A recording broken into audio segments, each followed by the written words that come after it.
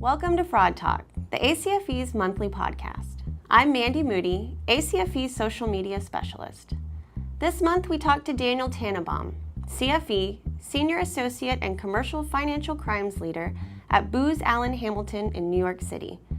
We asked Dan about the compliance and regulation landscape in 2013, specifically what we can expect to see in regards to controls, a successful compliance program, and ever-changing and ever-evolving regulations.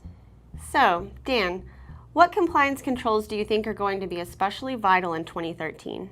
I'm confident this year that regulators will be even more careful to point out that a line must be drawn between compliance and the business, and also to help ensure that compliance has a direct line to senior management and decision-making authorities. Risk assessment's been of key importance year over year, but it'll continue to play a prominent role as regulators attempt to determine how a financial institution has come to manage their compliance program in the manner in which they've operated. The compliance risk assessment really forms the cornerstone of an effective compliance program and should dictate where all of the resources are allocated, policies and procedures are enhanced, but they're not always used in that same manner. Tools are being developed to help smaller financial institutions develop and conduct risk assessments. In fact, ACAMS is actually working on one at the moment that'll be launched in the summer and will be an industry standard tool to be released and assist in the disposition of risk assessments, which generally have been done almost entirely in-house. One other point that came up towards the end of 2012 that I suspect will pick up steam in 2013 is employers are beginning to have a discussion about how compliance, and in particular an employee's compliance with policies and procedures and regulations, should have an impact on compensation. A number of institutions have already begun implementing policies where you get a compliance rating as part of your overall performance rating, and that can only subtract from your overall compensation. It doesn't necessarily add. As compliance has gained in prominence within an organization, there have been a significant amount of pushback to reduce people's compensation for abusers. In recent penalty cases like HSBC, senior executives that were responsible for business areas during the problematic times had their bonuses clawed back and had other penalties attached from the companies with respect to compensation and deferred compensation. So I think that would be one that'll be of particular focus to regulators. In my last role at Travelex, we had implemented that process where there were enough issues with the business that we needed a bigger stick essentially to entice people to comply. And that was by reducing their compensation if their business area had some deficiencies in it. And did it work? Yeah, we dramatically reduced, and I can really speak to my region in the Americas, we dramatically reduced the errors that staff and management had by ensuring that they knew that if you broke our policy, broke the law, we could be able to take money out of your pocket. Anything else you see for 2013 as far as controls? Staffing issues, looking at people as a control. Institutions should hopefully begin hiring better people. I mean, this might sound like common sense, but as a lot of institutions have been hit with enforcement challenges, you kind of have a knee-jerk approach to dealing with a compliance regime, which is really finding bodies to fill chairs and not necessarily the most skilled personnel. I think if the HSBC case taught anyone anything was that ensuring that you have the most qualified staff for all critical roles at all times is tantamount. That report noted several times that some of the people responsible for the compliance program were completely unqualified to hold the roles that they held, and that's something that I think really resonated with the community. So while it sounds commonsensical, I think a lot more institutions are going to begin looking more deeply at the roles that they're hiring and also in the process of crafting job descriptions. What do you think regulators will be particularly focusing on this year? The trend of regulatory enforcement will continue in 2013. The latter part of 2012 ended with the nearly $2 billion penalty of HSBC capping a 3-year investigation into that financial institution. The role of government regulatory agencies has really changed from one of guidance and clarification to one of enforcement. There is a deviation from regulators providing guidance and clarification to financial institutions and how exactly they're supposed to comply with the regulations. There's very limited advisories. In a lot of instances, our regulations are not very prescriptive, so this risk-based approach that has been described to industry for years is not one that's really easily understandable for every financial institution. And I'm not talking about the big banks, but I'm talking about more of the regional and small banks around the country and around the world, where a lot of the regulations aren't necessarily written with them in mind. But to me, I think the most significant push from regulators will be that of enforcement. I actually heard recently that The District Attorney of New York's office has a number of additional sanction stripping or wire stripping cases that they're going to be issuing penalties for in the coming months. So this is very much a time that regulators aren't necessarily trying to hold your hand to help you figure out how to run your program. More so, they're going to really be enforcing the regulations in a much stricter manner than they have before. So how do you think that will play out? It's hard to tell. I think the trade groups are not doing a good enough job of really demanding that the regulators provide the realistic guidance of what exactly do you want. There's a number of industry forums where regulators can frequently visit and speak, but basically they're just toting the company line and saying exactly what you could find by looking on a agency website versus what do you actually have to do as an institution if you want to run a compliant program. And it seems commonsensical. Most institutions want to do the right thing. They don't want to run afoul of the law for a variety of reasons. One is reputational damage, and two, personal liability that some officers and directors of a company may hold, not to mention limiting the employment options for staff in senior roles if there is a problem. But the regulators still don't seem to get that you need to be a little more prescriptive in how you actually describe the regulations and how an institution must comply. Now, that's speaking just for the U.S. There are a number of jurisdictions in the world that have incredibly prescriptive regulations. And to me, it's much easier to operate a compliance regime when you know exactly what you have to do because the law just spells it out very clearly. What's an example of someone doing it like that? Brazil's one example, at least in the foreign exchange industry and the bank holding company that I was responsible for down there. The law said that you had to ID customers at $1, that you had to collect the same amount of customer identification from $1 onwards, and that you must sanctions check all transactions at the time of the transaction. It doesn't get any simpler than that. You have all of the basic information, and it remains the same as you move through varying transaction amounts, whereas in the U.S., at varying dollar amounts, additional information is required, most notably at the $10,000 cash mark for CTR filings. It's even more clear now that enforcement is the focus of the U.S. government when you look at the new individual selected to head the SEC, one of the more effective prosecutors in the past few decades, Mary Jo White. It's definitely a signal that there's going to be a tough regulator patrolling Wall Street. Her role most recently was in private practice representing top Wall Street banks. But prior to that, as the U.S. Attorney for the Southern District of New York, she was involved in the First World Trade Center case.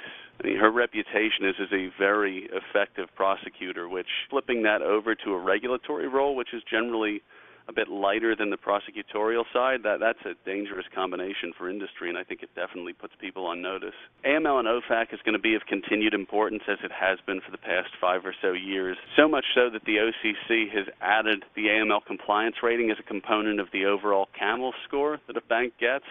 Now, the CAMEL score is a private rating that only the government and that financial institution are aware of, but the fact that AML compliance deficiencies will have a direct impact on a reduction of the CAMEL's rating, or at least a stabilization of the CAMEL's rating, is something that would be sure to get management's attention with respect to how they should be allocating resources in the compliance realm. And lastly, I think BCP, business continuity planning, and vendor management have begun to receive increased emphasis from regulatory agencies. It's not good enough anymore just to have a list of your vendors. You need to know, does that vendor have a BCP plan if they're a critical vendor? If their information fails, if their systems fail, what sort of impact does that have on your business, and how are you prepared to deal with it?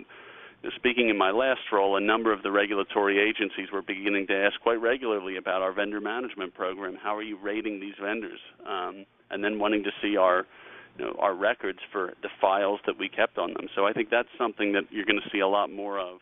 As more and more companies begin to hire compliance officers like you and begin to strengthen their compliance programs, what are some of the key steps to remember to ensure company-wide participation? The most critical point in that is tone at the top, and it sounds cliche, but management needs to acknowledge the importance of a compliance program and the risks to a company. Now, this can happen from a variety of manners. Either the senior management team, the board of directors are seized on these issues themselves, or you have a compliance officer or general counsel that are able to effectively communicate the risk to the institution. I was lucky in my last role. I was working for a privately held company that had been around for 37 years, and the founder of our company was still our current chairman. He took the reputation of the company phenomenally seriously, as this was his company that he started as a one-room shop. So that was an example where I had a very easy time compelling the business to act because they already got it when I walked in the door. Some institutions that I've consulted with in the past, however, really didn't get it. They had policies, they had procedures, but management had not really read them. When there were asks for additional resources, they were usually denied, as compliance doesn't make money for a business. They didn't really see the need to ensure that they had robust controls in place. So I think tone at the top is massive. It's important when working through a company-wide training program that the board of directors and senior management are not omitted. And in fact, there should be separate and specialized training that are provided to those board of directors and senior management that's different from what's provided to the rest of the company. I've found that to be very effective, a higher level training, one that's more targeted at the risks that board and senior management team would face, because it helps put it in perspective for them, which then helps your case as you try and work through your organization as a practitioner. But I think tone at the top absolutely has to be the key to making sure that there's company-wide participation. I also think evaluating work compliance reports is a pretty big sticking point these days. There's two major schools of thought about where compliance falls within an organization. One, and what's been historically the most common, is that compliance reports to the general counsel because there's some sort of regulatory component. That's really starting to change in the past few years, where you start to see the chief compliance officer either sitting directly on the exec of the company or reporting into a CRO or CCO, what have you, but very much separate from the legal world, as legal department, or I should say compliance officers for that matter, are much better at operationalizing the risk. It's a different skill set generally than what you see in the legal group. One of the other things to ensure company-wide participation, I mentioned training of senior management and board, is developing a risk-based training program for your staff. Now, depending on the size of the organization, if you're a financial institution, you're required by law to provide all staff with an AML training. That being said, there's a lot of work that can be done to tailor the training to the specific group that's getting it. So if your finance or treasury department that are dealing in a lot of international disbursements, you might want to provide them a separate training to explain to them the money laundering risks of the role that they have. If you have a retail versus an investment banking business, the training should be different because the products are different and the risks are different. So it's important that you develop a training that it really seizes on to the specific department's concerns and risks that they need to be mindful of. You want to customize your training. You want to customize your training, and it need not be annual. In my last organization, due to some of the challenges that we had, we switched the frontline staff to quarterly training, and you know what? The problems went away. The training content remained largely the same. The quiz or the test that was provided would change and rotate on a quarterly basis, but that quarterly training, we reduced the size of our annual training. Still equally effective. We went with a new vendor, which ended up costing us less than the vendor before, and we ended up making the training more engaging as we took a step back to basically redevelop the training and customize it to the needs of our business. But customizing the training and evaluating the frequency can certainly be something to help reinforce the concern and need for business with a compliance program. There are many different regulations that compliance officers and fraud examiners need to stay up to date on. There are AML sanctions, anti-bribery and corruption regulations, FACTA. How do you stay on top of all of them and ensure that your program is up to date? Yeah, I think, one, as simple as it sounds, you need to understand all of the regulations that apply to your business. It might sound simple, but for a large, complex financial institution, there can be hundreds of regulations that apply. There are tools out there, there's work that can be done to basically map all of the impacting regulations and list out the corresponding process and procedure that you have internally. I think understanding that risk is critical. Looking at a piece of legislation like Dodd-Frank that had so many facets to it that impacted so many different industries, I think a lot of industries might have missed the mark in understanding exactly what this meant to them, at least in the short term. One such example was Regulation E, the Electronic Funds Transfer Act, which impacted international remittances. When it initially came out, I don't think it was as clearly understood the impact that this would have on non-banks, as this rule now extended to non-banks, whereas previously it only applied to depository institutions. So ensuring that you stay abreast of the regulations, reading the press, signing up for regulatory alerts from the various regulatory agencies are simple tasks and one that can prove very useful in trying to understand the risk. Now, there's also a lot of news sources out there that specialize in the compliance industry and also trade associations like the ACFE that put out alerts. Signing up for those can really make you look like the smartest guy in the room, as you're really aware of these changes as they come up, and it allows you to go in and quickly look at how these regulatory changes can apply to your business. If resources allow, and this is in the scenario if you run a more robust staffing program in the compliance department, assigning people responsibilities for certain areas. Now, legally you're required to have a BSA officer, but there's no reason why you can't have one person responsible for BSA AML, another person responsible for OFAC, and another person responsible for anti-bribery and corruption. If you have that ability, it's definitely something useful to have that one subject matter expert in a variety of areas that the business needs to be mindful of changes to, and someone that can really drive a program, because not all compliance officers are Swiss Army knives and can really focus their efforts on every different type of areas. There's a lot of specialists out there, but there's also some generalists. They need to have a little more definition in their role, and I think having that ability to assign people certain aspects of a program is one that can be very critical. But just being mindful of the press and regulatory updates is one that can help you stay up to date with your program. It's then taking that step back to see how does that impact me. That's when it becomes challenging. You've got your policies and procedures in place, but one thing that companies forget to do is to set up a testing phase. So how do you test to make sure your program is operating successfully? It's certainly a big issue. And I remember when I was a consultant, the first time I was a consultant, and I went into a client, and they're saying, you know what, I got this great compliance officer, and we've got this great monitoring system, and we've got these great policies and procedures. And my first question was, well, how do you know it works? And just silence on the other end of the table. Because a lot of people took the time to build a program and haven't really figured out they need to make sure it works effectively. Now, in every program I've run, I've always built a testing component into it, whether it's one function auditing the other. In my last role, our transaction monitoring team would review our Know Your Customer, our KYC team, to make sure that the client files were proper. And every quarter, we would basically do that check where one team would look at the other team to ensure that it was operating effectively. I think developing that testing regime, and more specifically a set of KPIs to test them against, is critical. Now, for a financial institution, it's mandated that you conduct independent testing. And that independent testing should be someone that's not directly responsible for the compliance regime, someone that has some sort of autonomous reporting line. Now, it can be someone that's in the compliance department, but they should not be responsible for any of the work that they're going to be reviewing.